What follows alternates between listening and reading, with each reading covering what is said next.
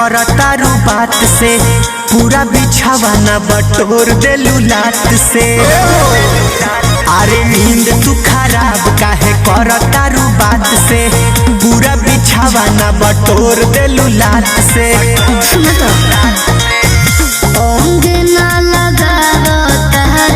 अच्छा भीतर से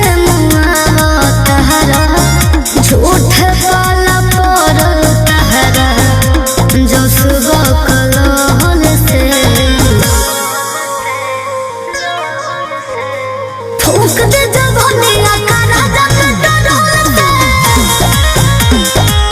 सुनो आज फूक दे जवानिया का राजा कटोल से।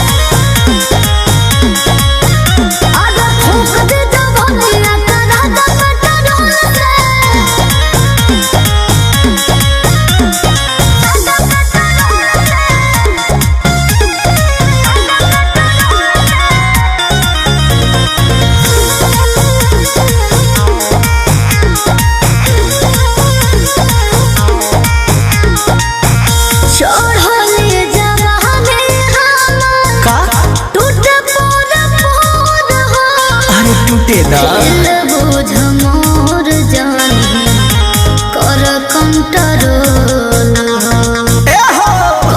बोलू बिसुनपुरी हम जब तोहरे कंट्रोल करला जानी लहरे। हेने घूम सकती सोना लागल कौन तहरा टोना काहे मुँह मोड़े लजा मनिया